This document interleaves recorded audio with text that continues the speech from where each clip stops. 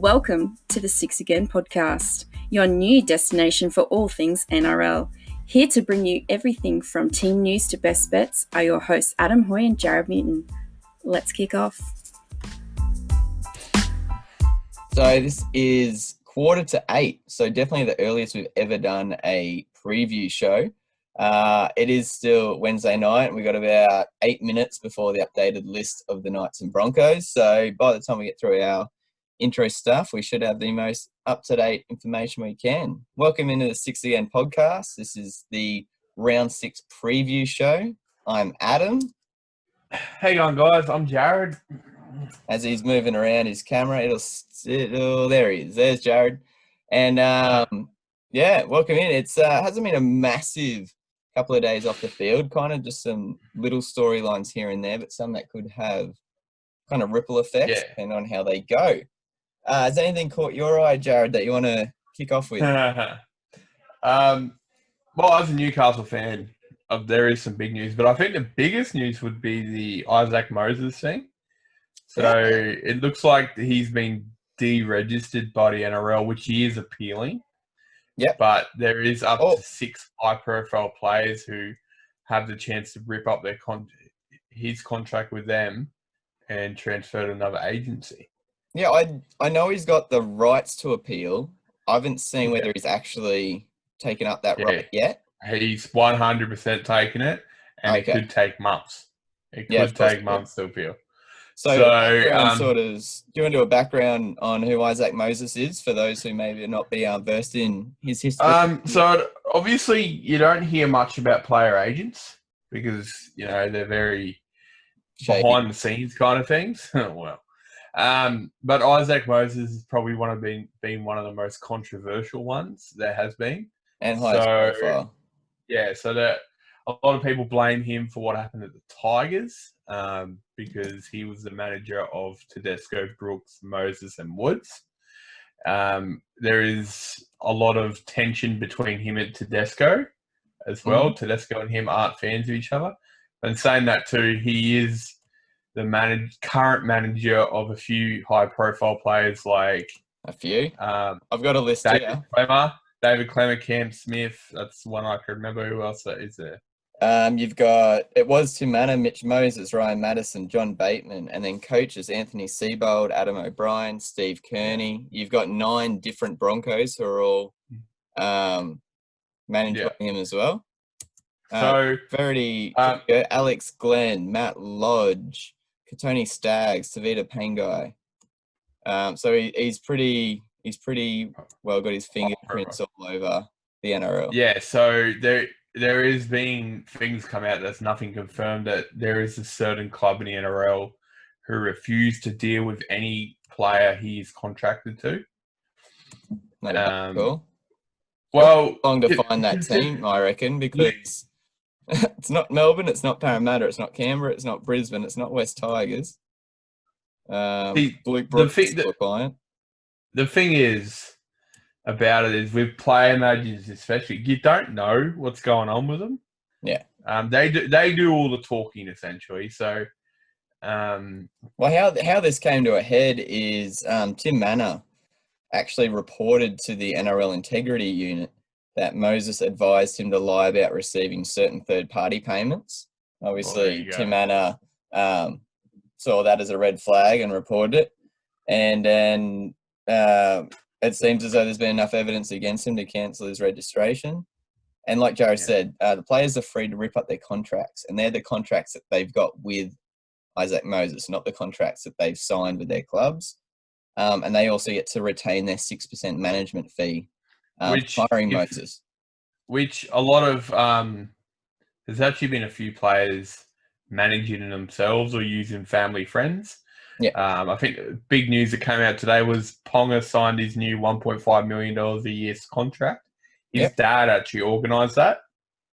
So that's a lot of players are leaning towards it because as far as they're concerned, it's all players, managers, or something. Okay, so I can't exactly tell you what's wrong with them, but I feel like a few of them will be in it for themselves. They're pretty much real estate They pretty much work as real estate agents, but their real estate are the players. So Yeah. they do the working out of the contracts, and they get paid a commission.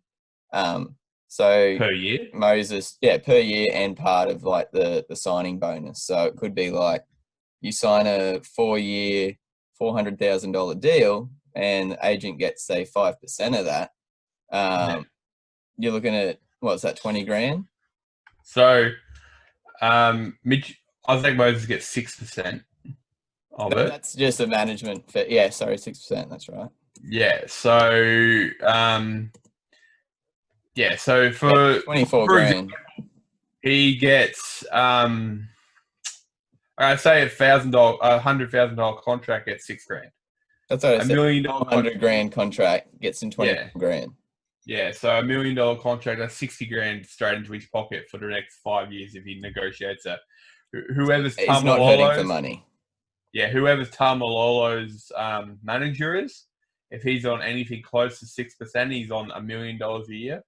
$60,000 in his pocket, and the contract that he's signed for the next 10 years. So that's it. So if like pushing on that, so it's going to be interesting to see. When we said this is one of the things that can have big ramifications depending on how many people are locked in with him, because those people or those players and managers and coaches will be looking for new agents going forward. So we'll definitely be keeping an eye on their appeals process, seeing how much of that they actually release. Looking on that signing, so Kayln Ponga, $4.5 million deal all up through to the end of 2024. It's an extension on his current deal, which is 1.1, and it's like an extension for the next 4. Yeah, so it'd be 2025 actually. I said through to the end of 2024. Yeah, so it's an extension of 4 years from his current contract. Yeah, he was signed to the end of 2021. Oh, okay. So yeah, so instead of 1.1 next year, it'll be 1.5. Yeah. Right. Well, we've already touched on this when the rumors came out about it. Yeah. Probably about 3-4 weeks ago now.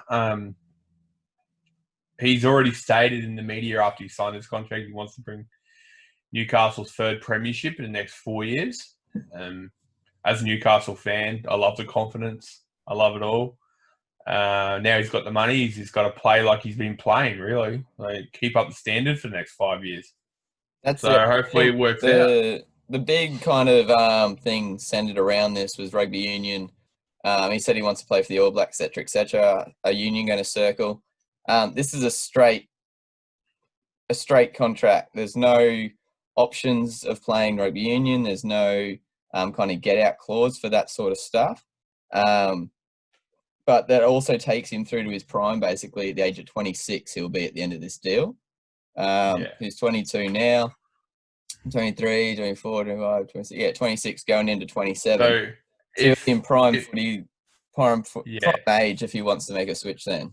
And saying that too, if he sticks with the NRL after his next contract, after this contract ends, his prime years for an NRL player would probably be between that 26 to 30 years age.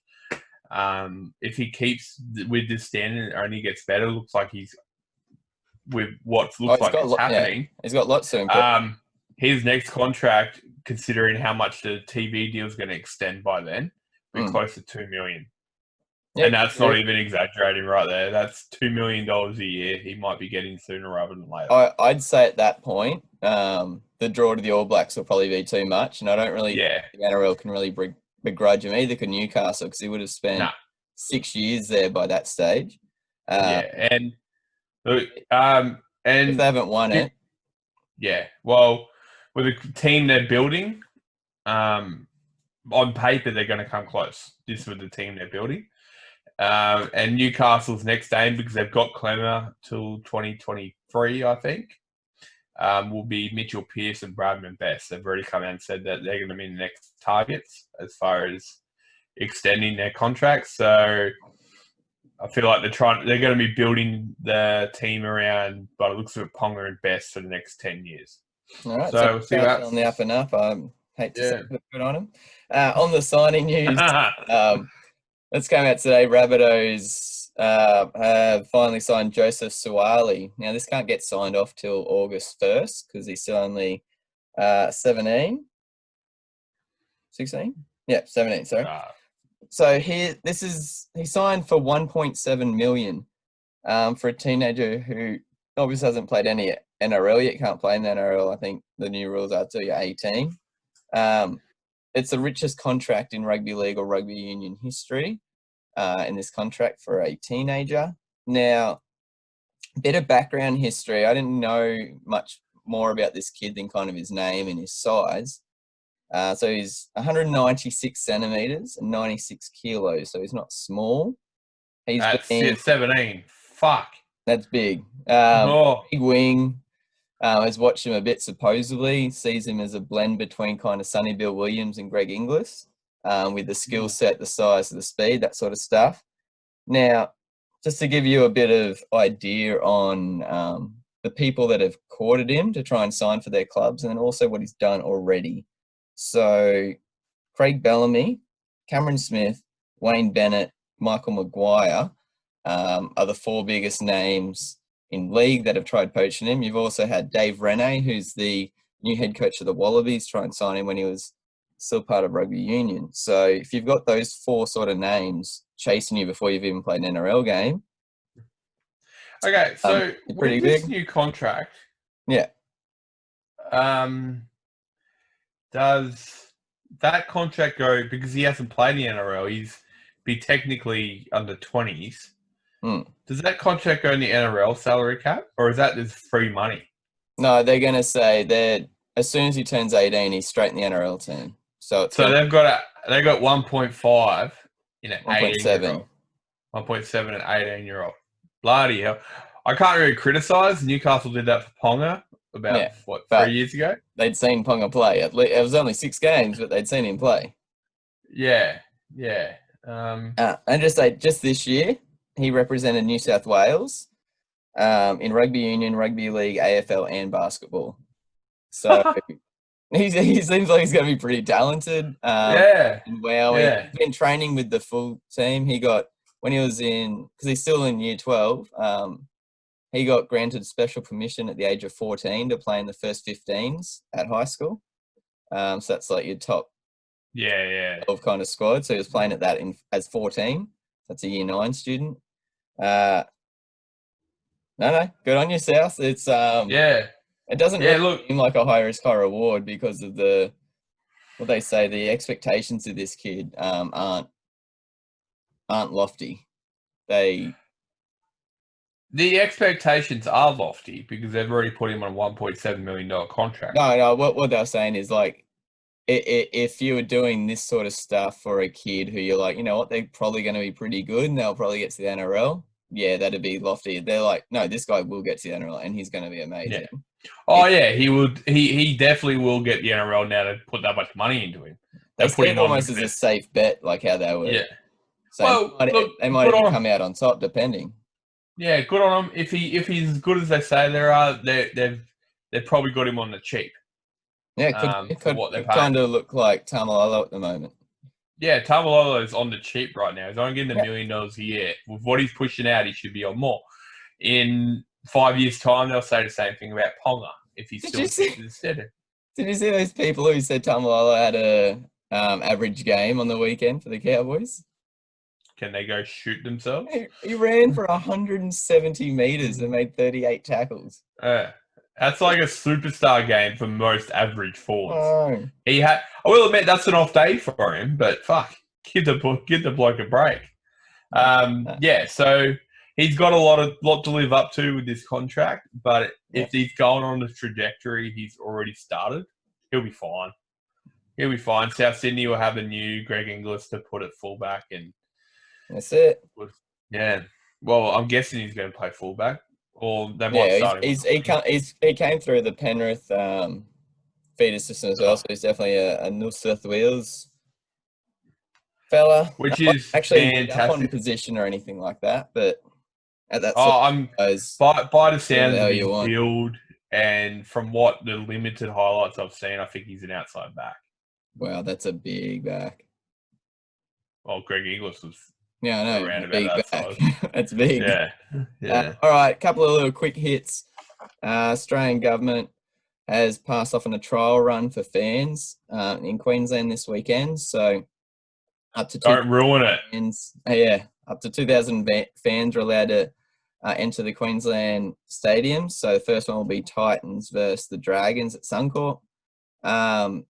Raiders have submitted a request to return to GIO Stadium from round 8 onwards. They've been like bussing to and from Sydney a couple of times a week for training games, etc. So I'm guessing they'll definitely want to be getting back home. And this is a cool little story. Now, we all know what the Warriors have gone through, all this. And when they moved to Gosford, the restrictions were still in place that they were only allowed, as the rest of us, were only allowed to go outside for a walk if you're exercising a pet.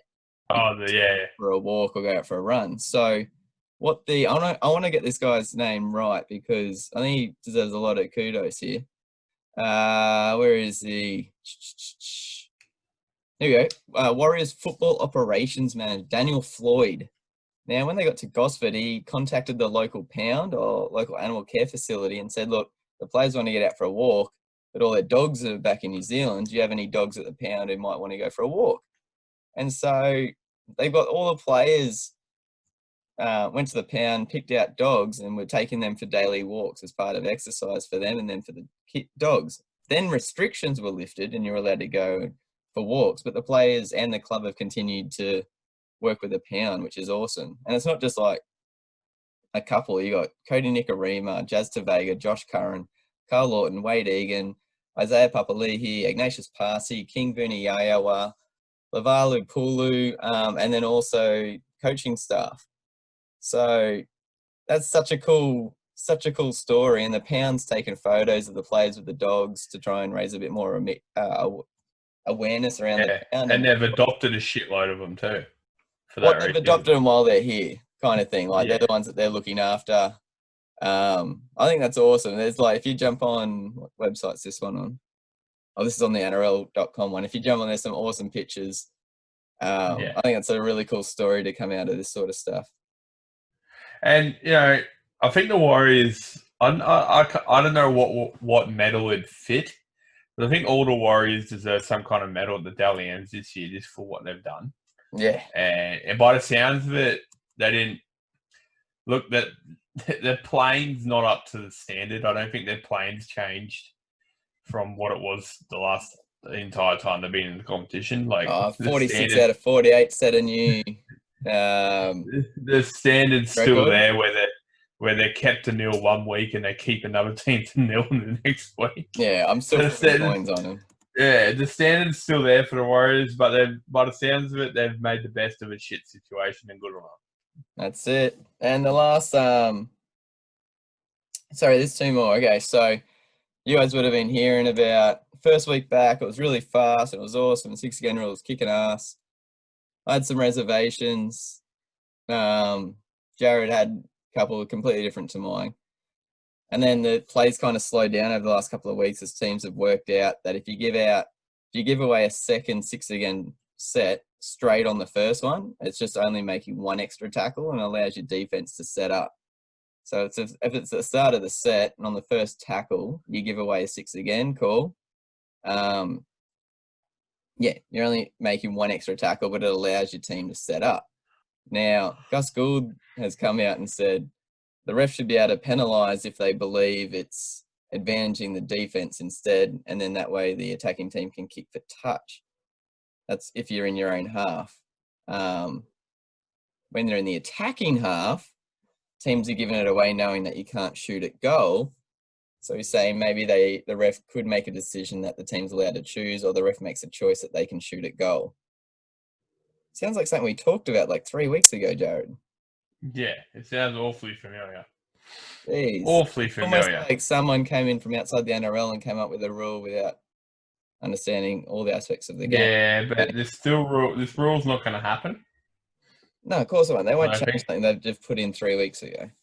Yeah, so the ref should have been given permission at the start to award a penalty or a 6 again. And I still think the captain of the attacking team should be allowed to choose what they want. But makes it too slow, which nullifies the whole point. Cool. It's going to go back to Tucson, and they were talking about the pocket referee of Cam Smith. I'm like, every freaking player does that. There's no difference. I've liked the last couple of weeks because to me it's been like that blend of the high touch footy speed and the rugby union speed, and this is like back to like kind of your midway point of the 90s. Yeah, which is my favourite. So keep it exactly how it is. I think that's. Oh, and the last thing, we've put in a link on this right up today to the Mark Hughes Foundation. So if you want to purchase a beanie to help tackle brain cancer, there's some awesome new designs this year. There's like a big leopard print one, $25. You got the original black one, $25. Oh, and they've got kids beanies this year. Double pom-pom, some pretty sick stuff. So that's the beanie for brain cancer awareness round, which is going to be the first kind of, what do we call it? charity round in the NRL. Charity round, yeah. So themed round. So we'll have the link to the Mark Hughes Foundation website in the write-up for this episode. So jumping across it. They're $20 or $25 for the beanie. So pretty reasonable, cheaper than you actually get them from like a surf shop or whatever. All right, so it's now 8 o'clock. So we should have the updated list for... They have been updated. Which is the first game of the round. Before we get to that, how did you go in tipping last week, Jared? You wrote it all down. For my work tipping, I got 6. Oh yeah. How many did I go here? Jared, 1, 2. Ooh. What? 3, 4, 5. 5. So the one I would have got wrong was Newcastle. And on Storm. So you called Dragons, Sharks, but you also went Titans and I went Rabbits. That were the differences. And then I also went Storm and you went Knights. So you got 6 on this and I got 5. And with our bets, bloody Kayln Ponga can't score a try to save his life, eh?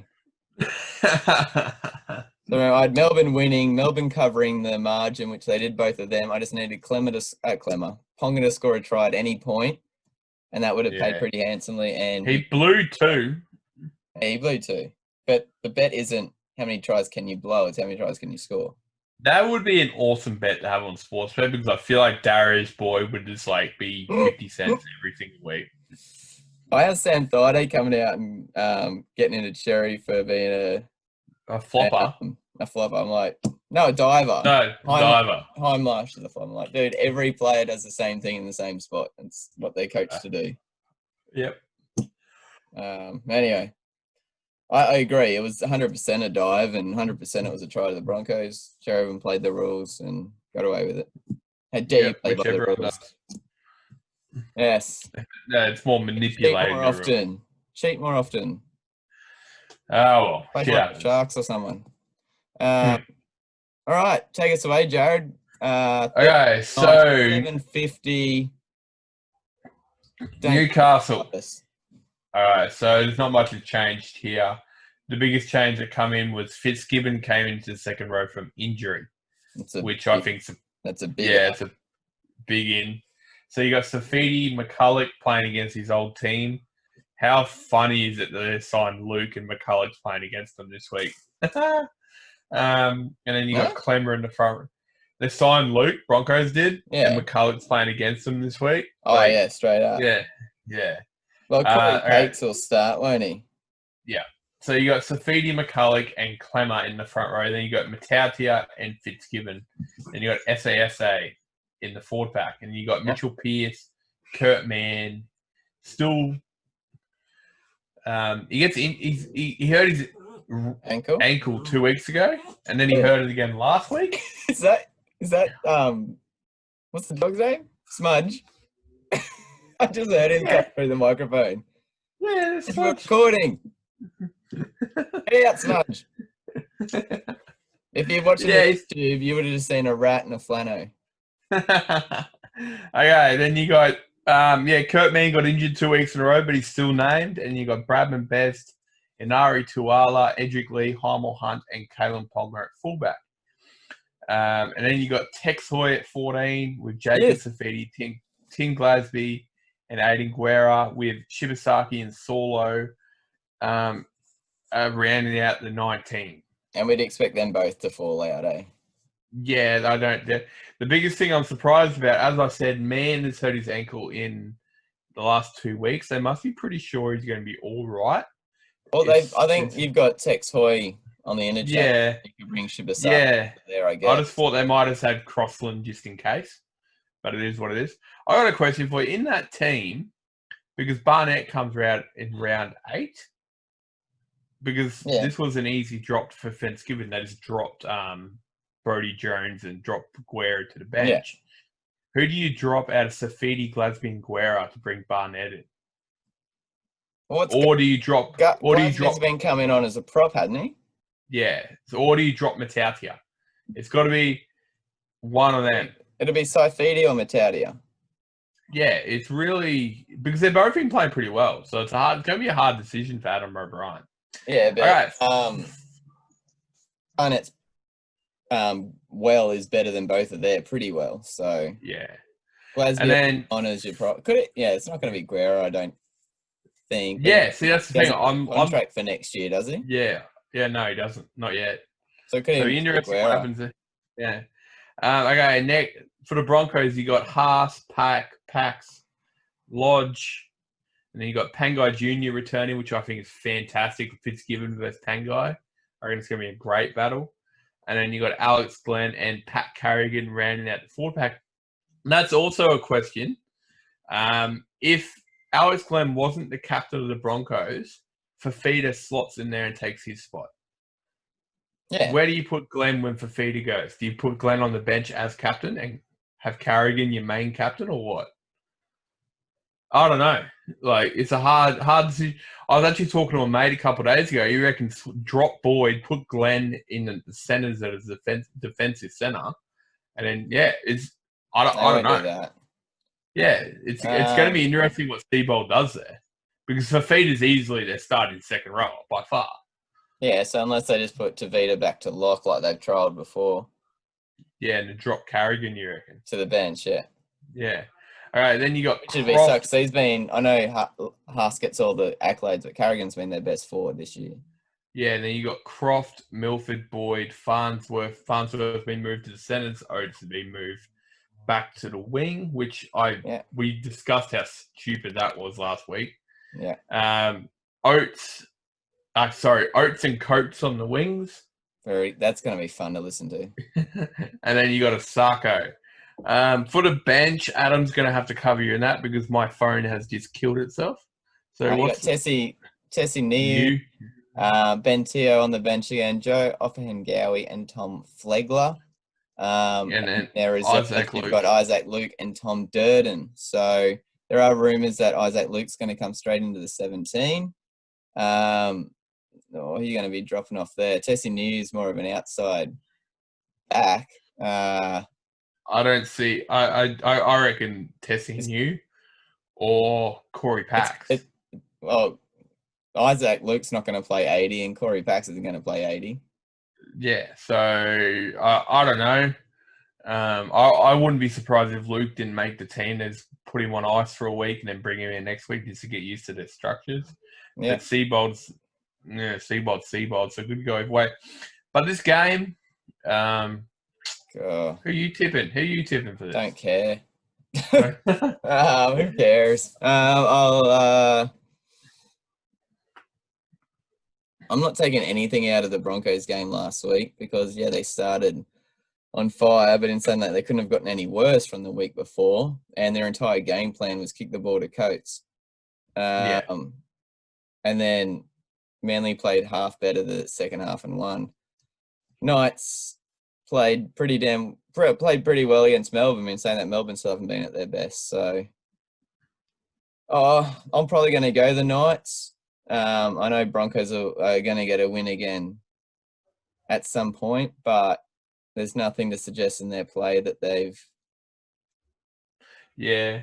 Yeah, well, the Broncos haven't scored after half-time in their past 3 games. Yeah, so for me, obviously I'm going Newcastle.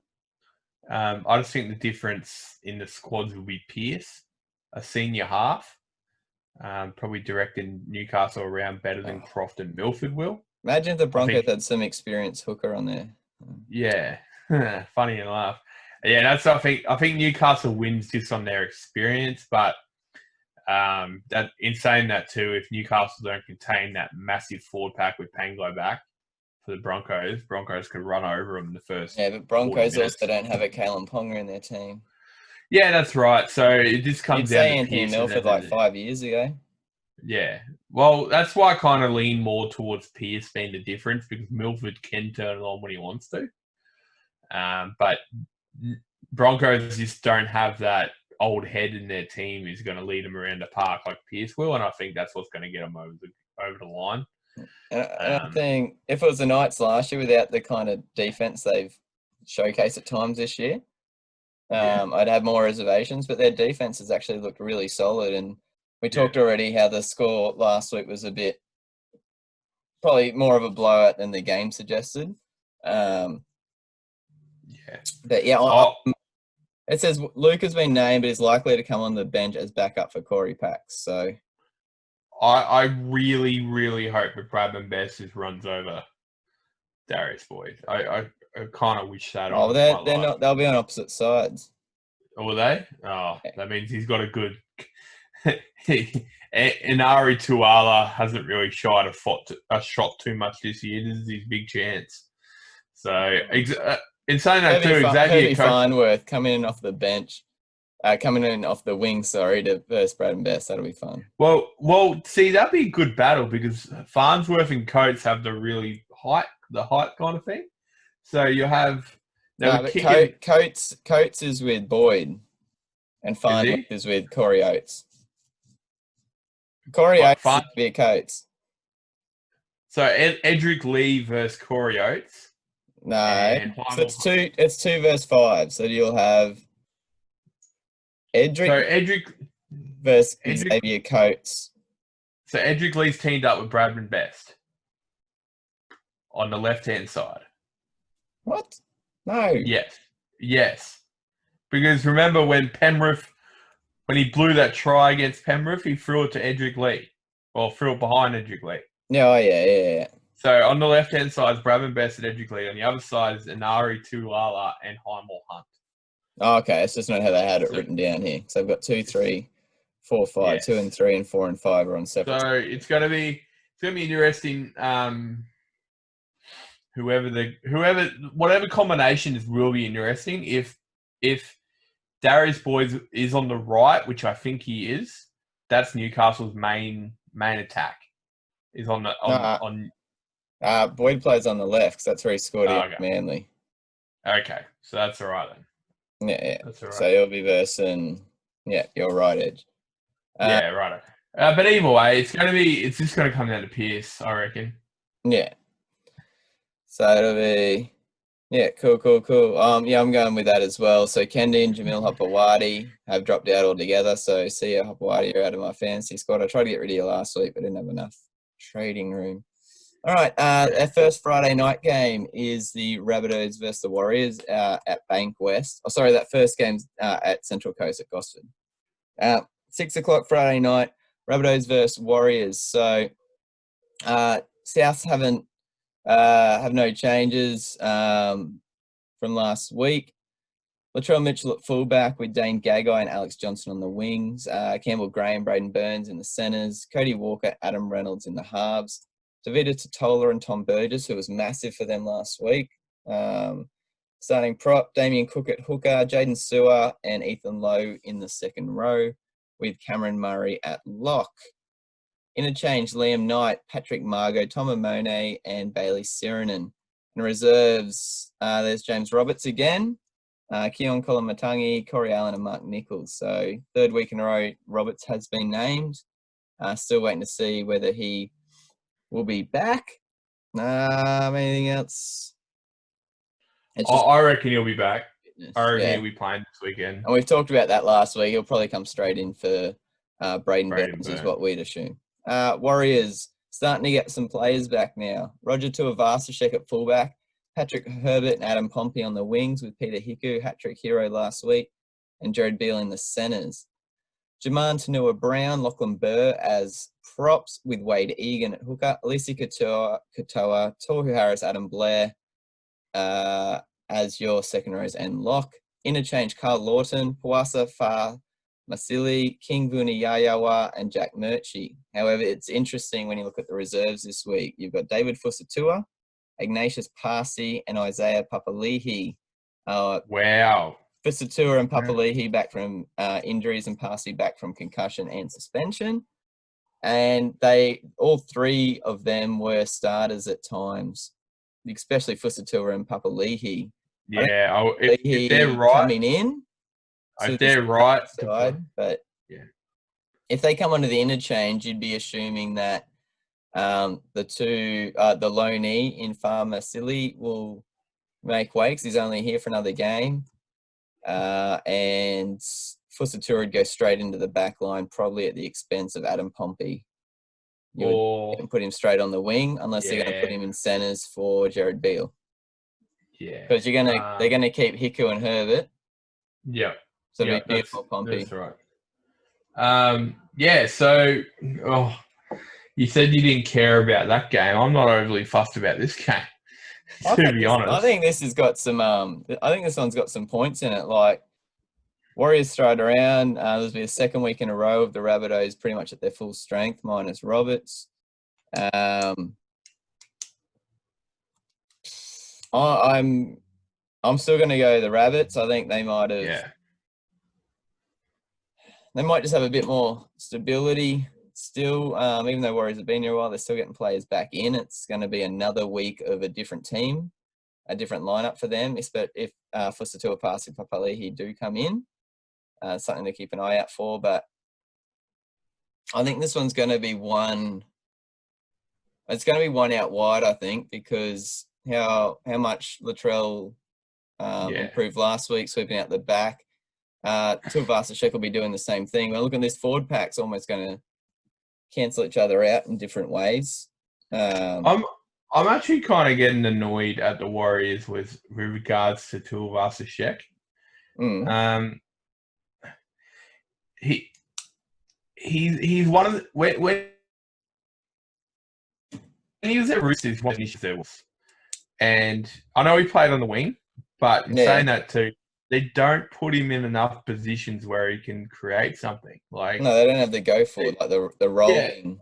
Yeah. Like he seems. I know he gets over 200 meters per game or around about that, but he just seems to be the person doing a lot of work. Like a workhorse player doing a lot of shit runs, and they kind of just give it to him and go, "Here you go, Roger. I hope you can score a try for us." Yes, and it really annoys me about because. How it was like Ponga at the Knights the year before last. Yeah, no, that's exactly right. And when you've got someone in that team he's literally been carrying the Warriors for 3 years now, and it annoys me because he's got so much talent in his running game that's not being utilised as much as it should be. And you saw last week with the Rabbitohs, Tom Burgess having a blinder. The for that it gave, and then how much more time it made Mitchell, especially Mitchell, look like he had. Because so just bombarded with the defense. I think that's the thing Warriors really need to focus on, giving Tuivasa-Sheck some space in good position to finish something off, because I think he's wasted. He's honestly been wasted there for about 3 years, and it shits me to tears. Because he's still playing at an elite level. He's probably still the second best fullback in the NRL in the top 3. I'm sorry, Trbojevic. But he's not getting the opportunities Tedesco and Trbojevic are getting. Yeah, that's a difference. And it annoys me. Yeah, it annoys me because Trbojevic and Tedesco, they've got so good... I think it's coaches telling the team, getting the team in position to utilise that skill. Yeah, I think Tony would be able to bring some of that after seeing Melbourne do it for years for Slater. Yeah. I think we're both going Rabbits in that one. Yeah, easy. All right. You got the second one on Friday night. Panthers Okay, versus so Storm. this is a game I'm really interested in. It's Penrith lost to Para What did last I week, but say? put up a really I good say fight. Penrith, didn't I? Yeah, Penrith and the Storm. Yeah, sorry. Yeah. Okay, so they got Fisher Harris, Coruscant, and Tambo in the front row with Martin, Kikau, and Yo in the second row. Then you got Cleary, Luai again. It's still annoying me. Luai's there.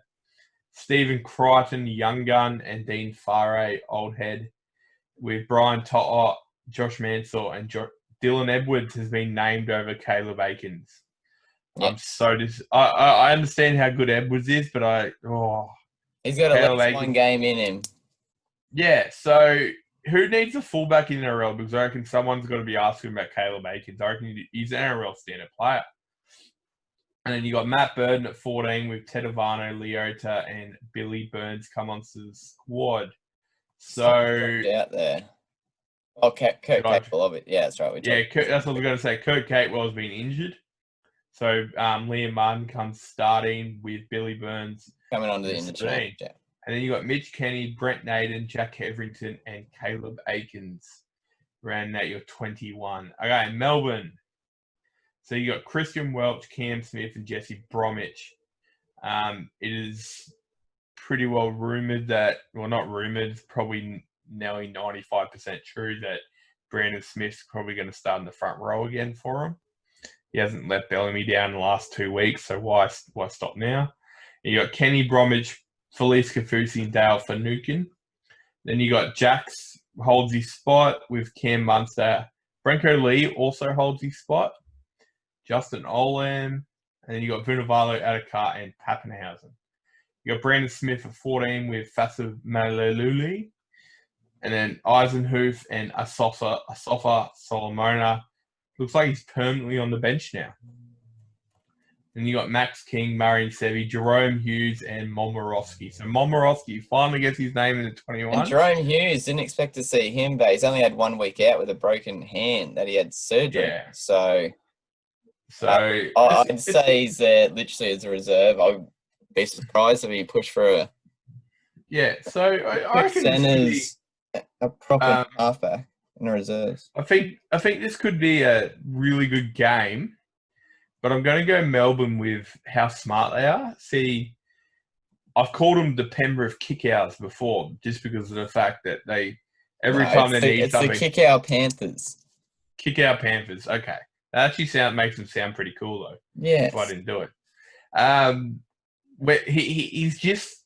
I'd say 80% of their attack is Viliama kick-out, and the other 15 to 20% is Crichton right now. So it's all that left-hand side with on that. And I think Melbourne will be too smart to let that happen this week. I'm going to go Melbourne. I don't know. I'm looking at a couple of things because I think this is a game of the week that I've put in my bet on. And I found some pretty good value, I thought. So Penrith played pretty damn well last week against a Parramatta team who's playing better than Melbourne is. Now, Penrith could win that game if they played that same level against Parramatta and they played it this week. There's a chance they could have won because it was such a close game. Now, they're paying $2.55 outsiders against Melbourne, who are at $1.50. It's almost $1 outsider, and that's probably based more on history and consistency of performance over time rather than form, I would say. Now, you can take that into Nathan Cleary to score a try at any time in this match. And Nathan Cleary... I'm going to eat some for this, but performs really good in big games. He wasn't flustered at all by Origin when he came in. He didn't do anything. Came back. Yeah, but he wasn't flustered. He just had to do his thing. That was his role. His first game back last week was arguably the biggest game of the season for their club anyway. He looked brilliant. So he's on $4 to score a try at any time. Into Penrith to win gives you $7.50. So Yeah, it's more on your roughy sort of shot, but is it outside the realm for Penrith to win this if they play like they did last week? No, it's not. For them to play next like they did last week, Nathan Cleary's got to have a starring role. So I'm going Penrith to win with Cleary scoring a try. Wow. At $7. The only thing I doubt with what you said there, and Penrith could definitely prove me wrong, is I don't 2 think weeks in a row. Well, yeah, I don't think that, because that's the best I've seen Penrith play in Ever. Well, yeah, really, especially the squad they've got. So if they can keep that up with 2 weeks in a row, they'll beat Melbourne. But they've got to do it, and they haven't proven they can. So we'll see how we go. Actually, I'm going to put that bet on, but I'm going to tip Melbourne. I just can't go against them. Like they've been getting it done for me, and they've just looked like shit compared to what their usual standards are. And what's their record? Like, are they 4-1 still? Who, Penrith? No, Melbourne. Oh no, they're not 4. I don't know. Okay. I'm still gonna go. Yeah, I'm gonna tip Melbourne, but I'm gonna bet on Penrith. Have a look. Where are they? Yeah, 4-1. Are they? Oh, there you go. I'm surprised. They're playing like crap. And I was like, crap for Melbourne standards. So, okay. And Penrith are 3-1-1. Pathetic. Yeah. All right. Okay. So this game is going to be the best game in the round. Gold Coast versus St. George. Oh, this will be a cracker. I'll call this one. All right.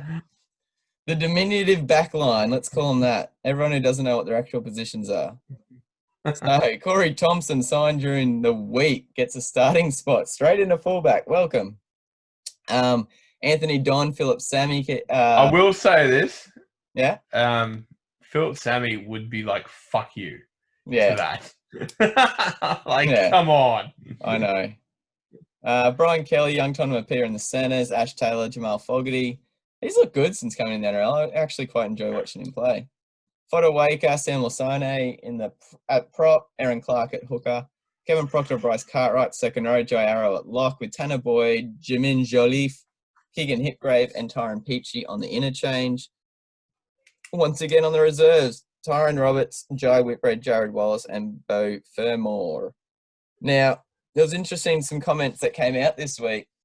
Supposedly something about Matt Duffy's performance last week.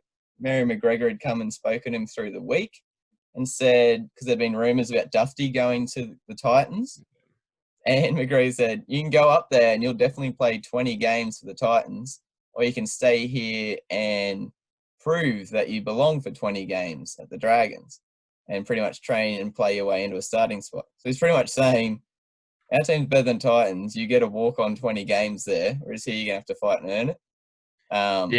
And I'm fucking hoping that with that comment that Titans win, that Duffy scores 2 tries. Oh, that'd be cool. Yeah. So Duffy gets his starting position at fullback, Pereira and Ravalawa on the wings. Ewan Aitken, Zach Lomax, who looked good in the centres, Corey Norman, Adam Clune in the halves.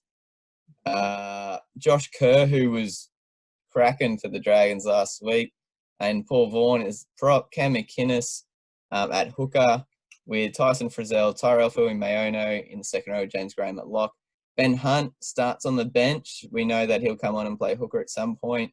Cam McInnes will drop to lock at that stage. Trent Merrin and Blake Laurie and Jacob Host are also on the interchange, with Tristan Saylor, Jason Saab, both named as reserves, as is Corbin Sims. I would not be surprised if Tristan Saylor. I would not be surprised if Tristan Saylor gets a run sooner rather than later. Especially if they lose this game. Especially if they lose this game, I reckon Tristan Saylor will be starting. And if Duffy plays well, he'll play fullback next week. Plays bad, sorry. He'll be fullback. If Dragons win this, that's 3 in a row, isn't it? No. 2 in a row. No, because they lost to the Bulldogs. Oy. Yeah. And then Okay, so I just want to throw this out there. So they can win they can win 2 in a row if they win this week.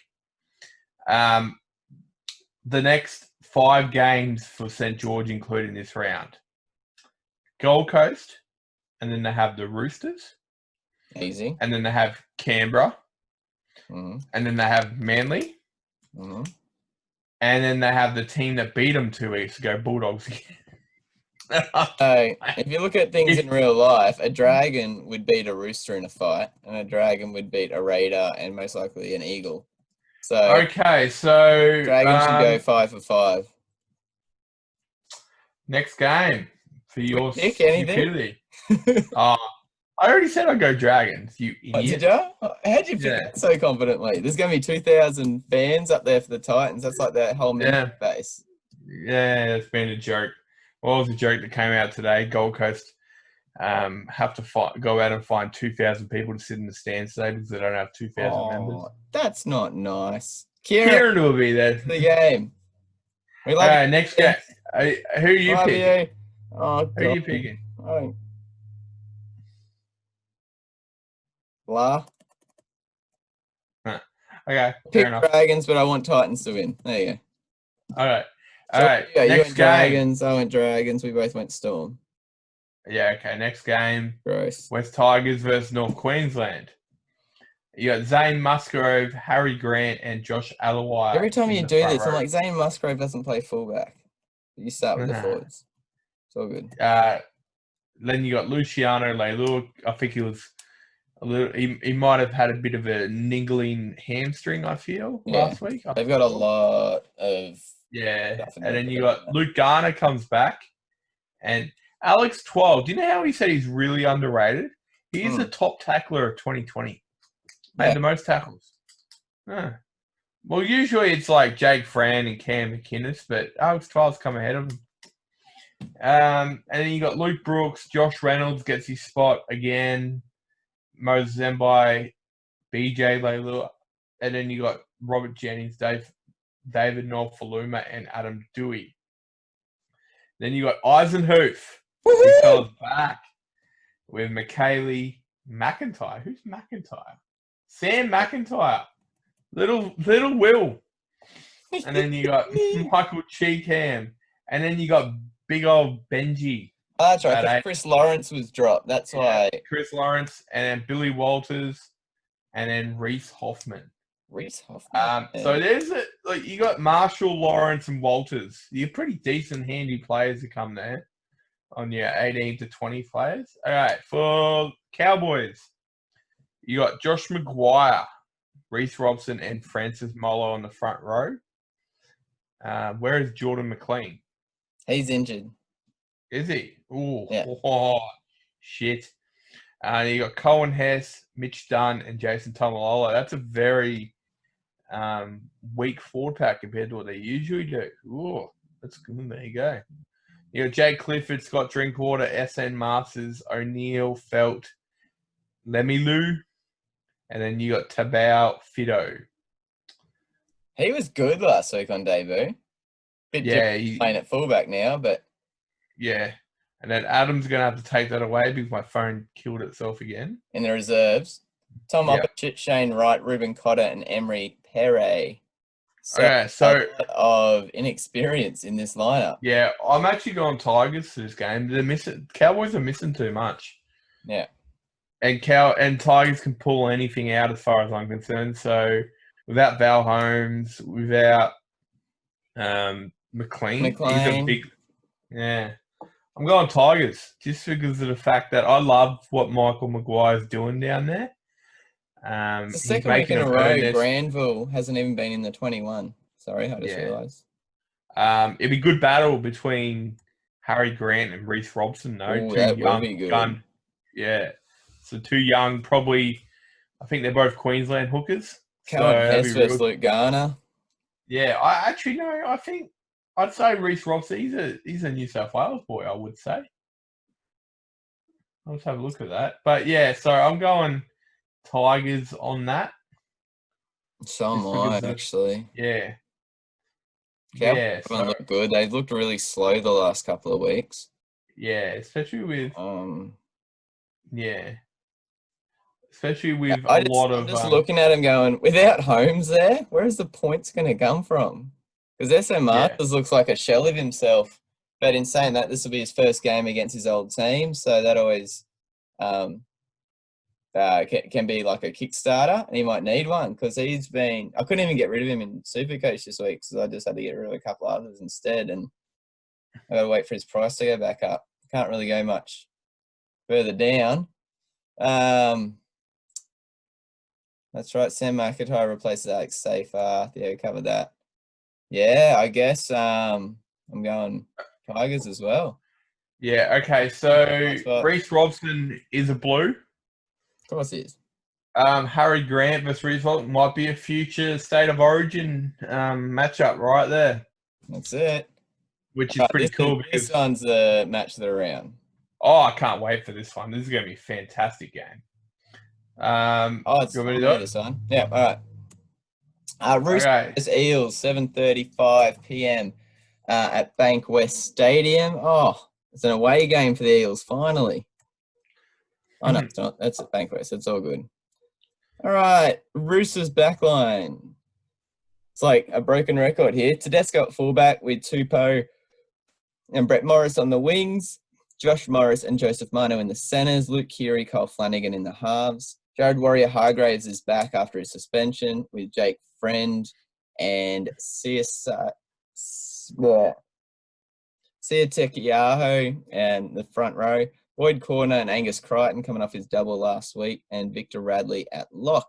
Sam Verrills, Isaac Liu, Nat Butcher and Lindsay Collins on the interchange, which pushes Orbison and Satili Tupania out of the squad. Ryan Hall and Lachlan Lamb are in the reserves. They're not going to come in.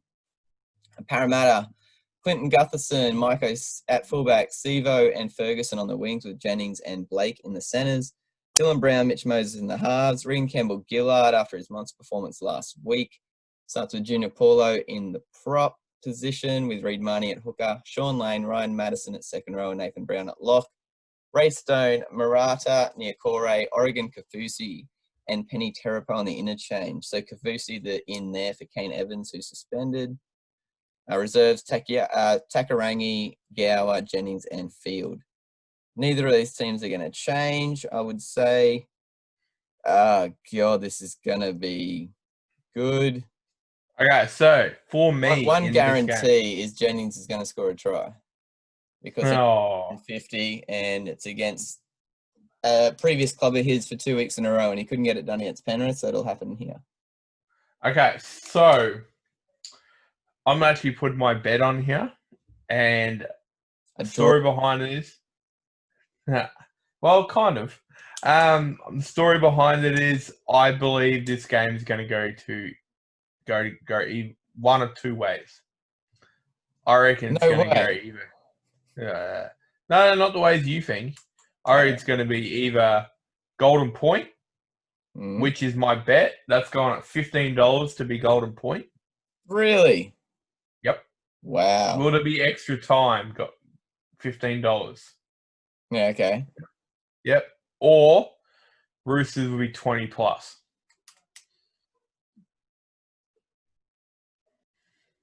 What's it? Adam's looking at me fun. What? I'm thinking. It's only paying $2.50 for 13 plus.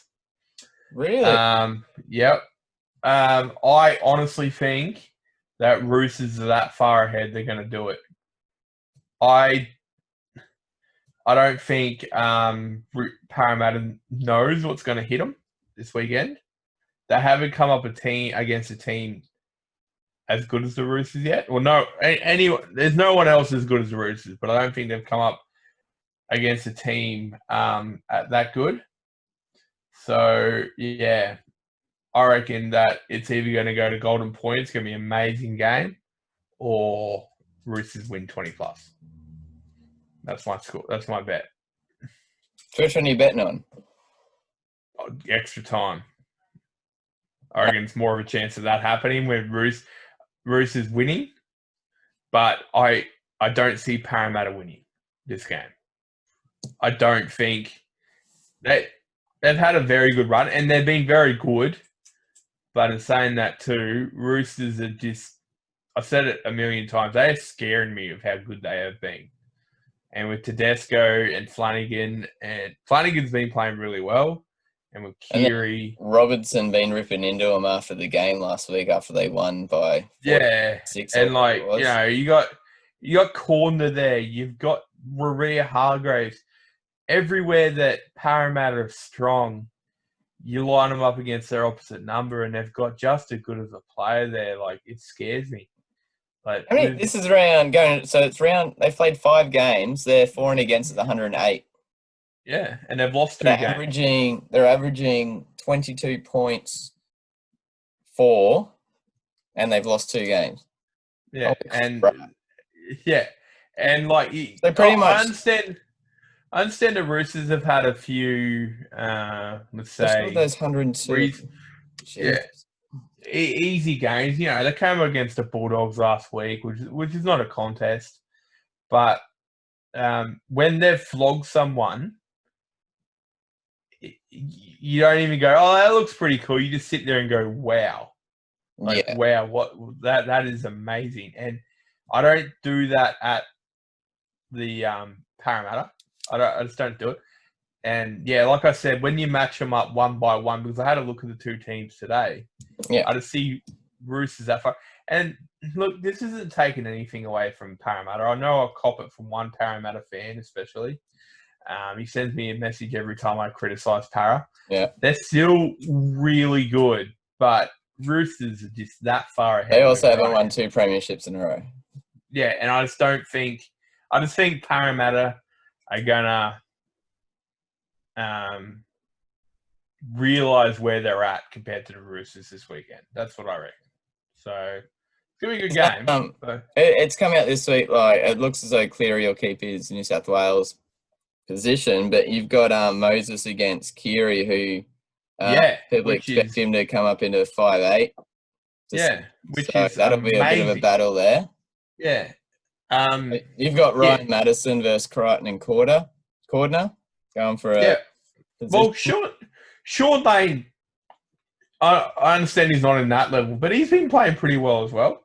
But if he comes up against Cordner is cutting in half every single time he runs, and then you look at the Morris brothers just out there as probably the unknowns. How's this as a flashback? The Morris brothers versus Jennings. This is going. How good is it? Going back ages. Yeah, I'm going Roosters as well, but I never thought it still makes me sick to say I'm looking forward to watching Roosters versus Parramatta. I'm looking forward to it. I'm teeing up for this game. I reckon it's going to be a fantastic game. I think Parramatta are going to be in for a bit of a reality check, especially since they played that amazing game against Penrith last week.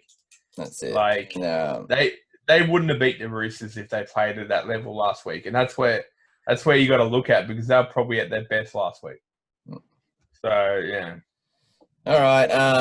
I'll do this next one. I'm not really excited about it this week, but ever since I've said touch wood to Manly not getting injuries, that's pretty much what's happened. And then rounds out. In saying that too, this is going to be a very good game still. I reckon Manly have a crack here. I actually tipped them.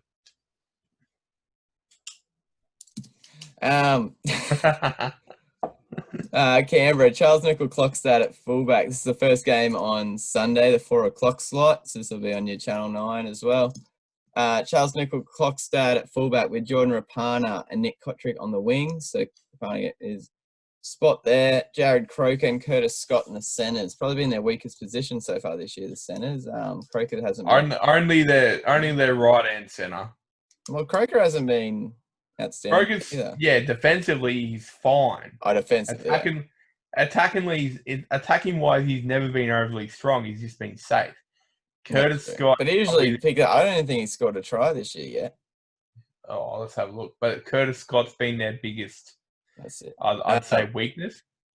Yep, I do agree with that. Jack White and at 5'8". George Williams, can't wait to see Jack's eye. That's where I'd be hitting him straight away. Josh Papali and Soliola at starting props with Josh Hodgson at hooker. Joseph Papanay, Elliot Whitehead in the second row, and Corey Horsburgh at lock. Sylvia Havili, Emre Gula, Ryan Sutton, Hudson Young. First game back since his eye gouging. Oh, he's back. Jesus Christ. Back on the interchange. So that pushes Dynamis Louis into the reserves. So Hudson Young's coming for Dynamis Louis. Jared Croker, Simonson's back in reserves as well. So they got no utility back this week. That's a bit different. The Raiders. Okay. But I'm interested. I'm very interested with one of Manly's reserves, and we'll get to that. You're right. Jared Croker hasn't scored a try. There we go. Tom Trbojevic at fullback for Manly. Now, this is where the changes start. So, George Tafua is still out with that quad strain. So, Davida Funa keeps his position. Prizes for guessing where Canberra's going to be kicking.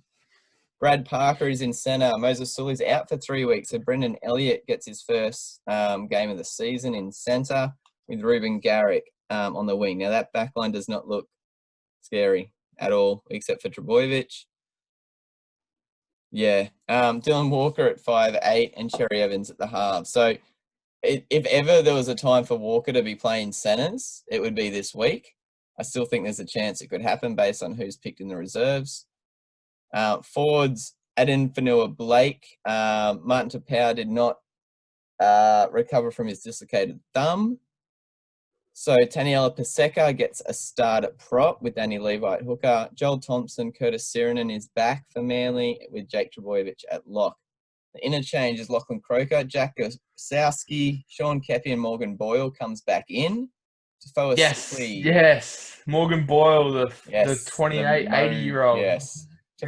He's been named on the reserves for the first time, as is Abbas Miski. He's a reserve wing. Hamole Olakata Atu, he's that massive man-child. And Cade Cust, that's my boy. So you reckon Lachlan Croker is going to get put in at 6, Cade Cust's going to get a 14? Yeah, and wouldn't be surprised. Brandon Elliott's going to get dropped. Brandon Elliott's going to get dropped. Huh? And Brandon Elliott's going to get dropped. Yeah, it could do, depending on how they go at training through the week. Cade Cust could even go straight into 5'8", and Walker into the centres. I would put Lachlan Croker just because he's been playing. Yeah, that's true. So I wouldn't be surprised because it's Hasler. As a non-Manly supporter, I reckon you might. I don't know. Like Manly won last week and they played horribly, and they just got pipped by Parramatta the week before, and they played not as well as Para, I guess, overall, but they still played pretty good. It just depends on... Canberra, what'd they do last week? They won. They won 400. They went down to Newcastle the week before. No, yeah, they beat Tigers 14-6. It's not a good game. Oh, that's right. That was that really good grinding game. Yeah, so I'm sticking with Manly. But in saying that too, Canberra could put a score on them when you look at that back line. Yeah, this is the worst 1 to 13 I've seen Manly put out in since almost every round last year, actually, considering the injury. Yeah, I was going to say last year. Yeah. When Brandon Elliott was like a 90% starter. Wow.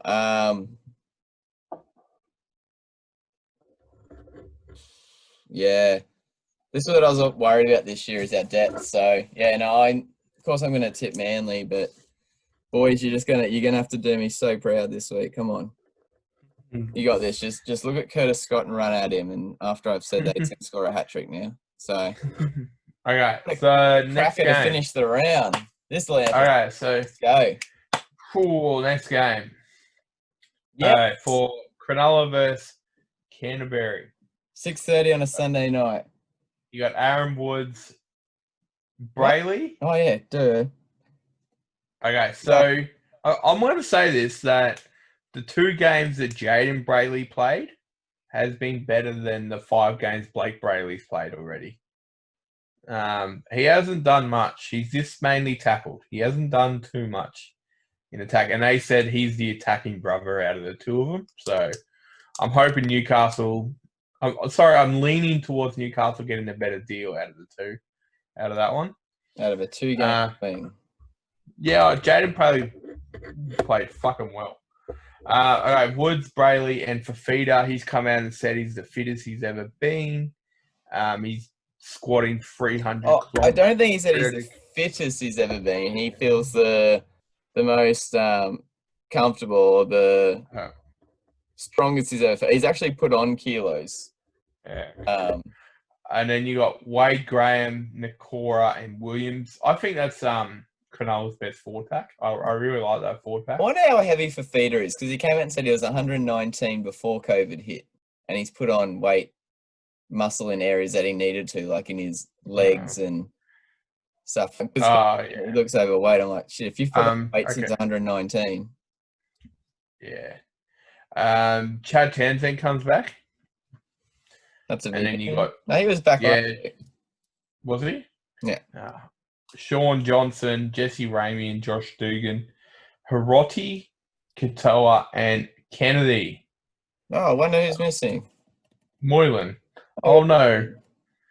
And then Adam's going to take it with my piece of crap phone is blown up again.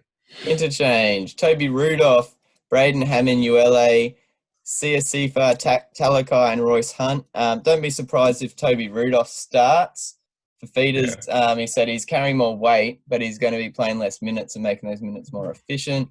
And Rudolph started again last week, so expect him to start. Fafita coming off the bench, I would say. I know I called Rudolph as a starter this year, but he's been playing really well. Yeah. He's been really solid for considering, they had a Jack Williams, Billy McGulis. They had a few really good young players coming through, and I think he's been the pick of their forward pack all year. I think Sharks fans will be happy to see Connor Tracy on the reserves rather than on the interchange. Yeah. And Bryson Goodwin has been named in the reserves after his signing midweek.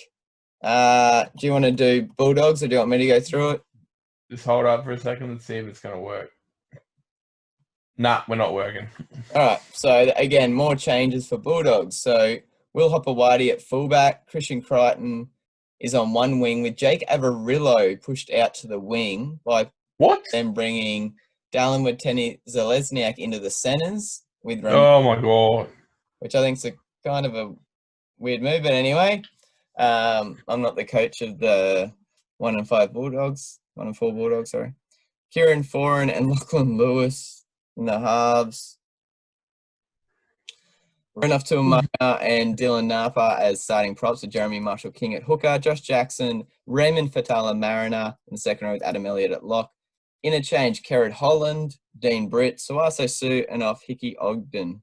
What the fuck? I know. And in the reserves, Sione Katoa, Brandon Wakeham, Morgan Harper, Jack Cogger. Brandon Wakeham's in the reserves. I'm picking Cronulla just because I'm angry at that. Yeah. I was just trying to find something to talk about. Higgins actually been really good this year, playing the centres. It's he's hardly talked off the field, and his performance has actually looked really good. He's run the ball hard. Moeen Hiroti looked pretty good last week, watching him. Will Candy, it's good to see him getting another run. You know what? I'm loving this second row comparison. So you got two old heads in Graham and Jackson versus, and then on the other side you got two young, really solid players in Fatala Mariner and Nakora. So it's going to be, and I'm pretty sure it's the old versus young on each side. So yeah, pretty sure. It's going to be Graham versus Jackson and Fatala versus Nakora. All right, so yeah, I really like that. That'd be a good battle. That's 12 versus 11, 11 versus 12. That's not how it always is, but righto. Yeah, seeing how they're lined up. Yeah, so I love that battle. I reckon even if it is Jackson versus Graham, that'd be a good battle. Graham will win it, but Jackson, it'd be a good battle. And then you got two probably exact same players, Nakora versus Fatala Mariner. Two young fellas just going at each other. I'd say Nakora's got a higher floor than Fatala Mariner does, and a higher ceiling, actually. Yeah. That's not a joke. It's sport talk. Nah, you're an If idiot. you got two prospects, you could have one who's high risk, high reward. So he's got a higher ceiling but a way lower floor. I mean, if he gets the ceiling, he's going to be awesome. But if he flops, he's way lower down here. Whereas I think the floor, just like if they're both playing just steady, Nakura's floor is higher. But if they're both playing as good as they could, his ceiling is also higher than Fatal Marin. I just think he's got more to his game. I don't take anything away from Fatal Marin because he's still. So that's probably going to be the highlight for me. Aaron Wood's coming up against his old team. That's always fun. But yeah, so that's probably the biggest highlight I have. Moylan's been named 50-50 chance because of hamstring tightness. Who would have thought? I suppose we're going the same tips all week. Are we? Well, we're going to live and die together. Johnson versus Foran would be pretty cool, actually. So two senior halves, ex-New Zealand teammates in the halves. Probably complete opposite players with Foran more of a director where Johnson plays more off the cuff. So that's reason. If you really want to look into it, they're the two battles you probably want to look at. So sorry about that one this round, guys. There's a couple of. It's probably the first round where there's just two games that just really, or maybe three games if you want to throw the Penrith Storm one in there as well. But the two big ones are one's the last on Saturday, one's the first on Sunday, I guess. Well, Seagulls aren't really full strength, so I don't know. It's not an exciting overall round, but we're always surprised with what can happen. Warriors and Rabbits could throw the ball around a bit. Titans Dragons could end up 40-44.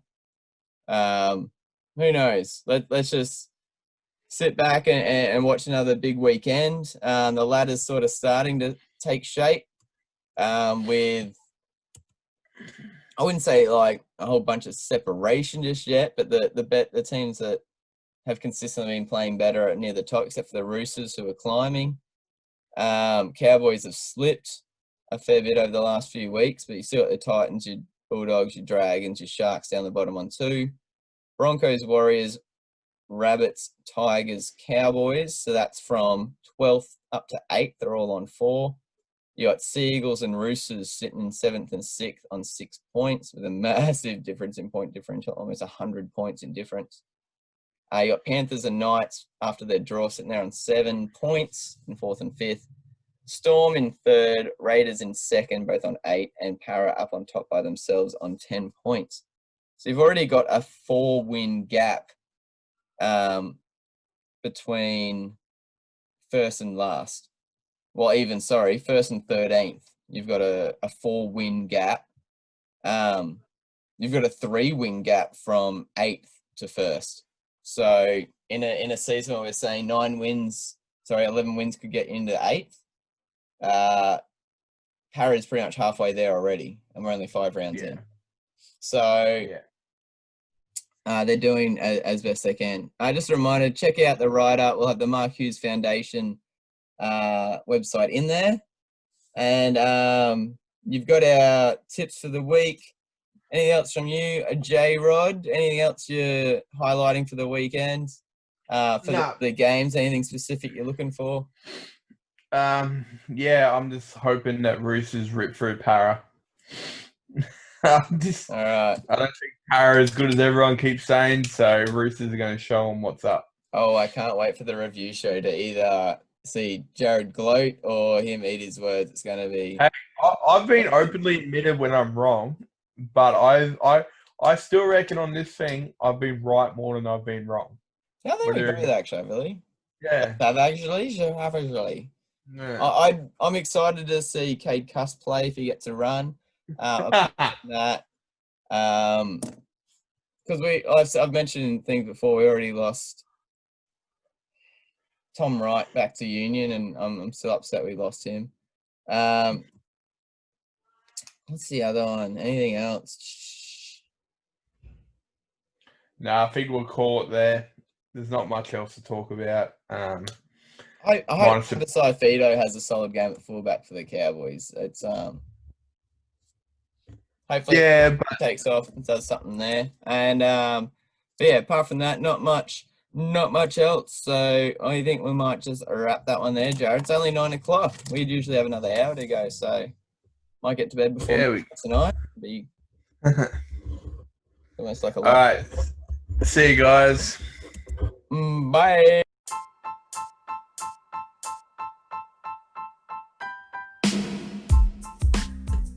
Thank you for tuning in to Six Again. Connect with the show on Twitter, Instagram, and the Six Again website. All links via the show's bio. Be sure to check out Adam's craft beer choice of the week.